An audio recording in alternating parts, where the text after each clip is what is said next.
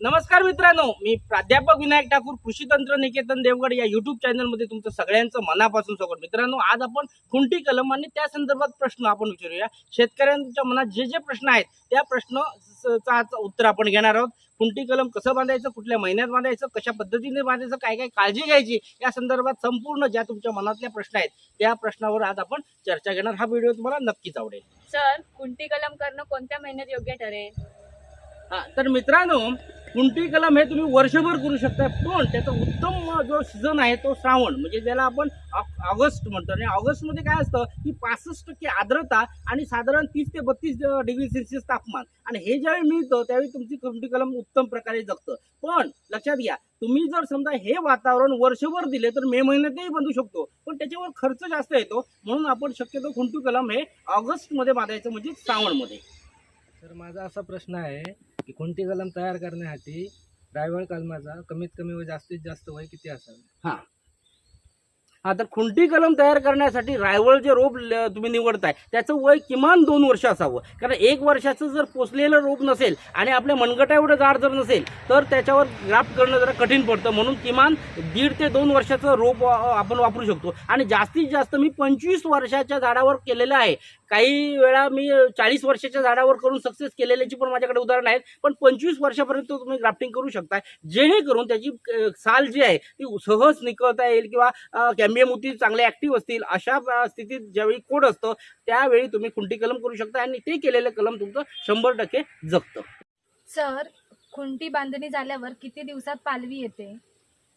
त्यावेळी तुम्हाला पालवी येण्यासाठी किमान 10 ते 12 दिवस लागते, पण वातावरणानुसार आहे. जर वातावरणात उष्णता जास्त असेल तर 10 ते 12 दिवसात तुमचं पालवी येऊ शकते. पण हे कशावर डिपेंड आहे? निवडलेली फांदी आणि तुम्ही कुठल्या पद्धतीने बांधलाय, आणि तुमचा जो बाटा आहे ज्याला खुंट रोप आपण म्हणतो त्याच्यामध्ये किती पौष्टिकता किंवा त्याच्यामध्ये रसाचं प्रमाण कसं आहे, किंवा ते तजेलदार आहे का, तर ह्याच्यावर तुमचं जगण्याचं प्रमाण आहे. तरी पण 10 ते 12 दिवसात खुंटी कलम जगतं. पण जर समजा त्याला जर वातावरण थंड मिळालं, अति पाऊस मिळाला, गारवा मिळाला, तर त्याला 15 ते 20 दिवस पण लागतात. त्यामुळे 8 दिवसापासून 20 दिवसापर्यंत जगण्याचा पिरियड असू शकतो.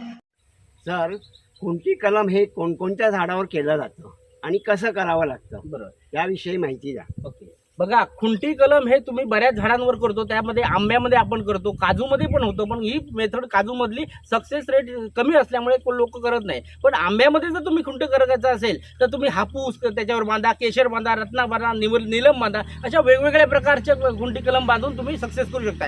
किंवा तुम्ही एकाच झाडावर 5 प्रकारची झाडं म्हणजे खुंट्या बांधून तुम्ही एकाच झाडामार्फत 5 प्रकारच्या जाती तयार करू शकता. त्यामुळे खुंटी कलम तुम्ही आंब्यामध्ये जर करत असाल तर शक्यतो तुम्ही तुमच्या आवडीनुसार, किंवा तुम्हाला जे झाड आवडतं किंवा जे बांधणी गरजेचं आहे, वातावरणानुसार उत्पन्न येतं त्यानुसार करा. आता उदाहरणार्थ हे खुंटी कलम जे आहे हे करून 5 वर्षापूर्वी आम्ही इथं केलं होतं. आता ते उत्पादन द्यायला सुरुवात झालं, आणि याचा आकार हा गोलाई आहे. कारण हे देवगड कातळ आहे, म्हणून देवगड कातळ या एरियामध्ये लोक हापूस वापरतात, म्हणजे की मोठ्या प्रमाणात लावतात. जवळजवळ इथं 95% हापूस लागवड आहे. आणि जर समजा तुम्ही यापासून समुद्र किनाऱ्यापासून 40 ते 50 किलोमीटरवर गेलाय की तुम्ही रत्नाचं खुंटी कलम लोक करतात, किंवा केशरचं करतात, किंवा पायरीचं करतात. त्यामुळे एरिया वाईज मागणीनुसार गोव्यामध्ये बरेच जण खुंटी कलम गोवा मानकुलचं करतात.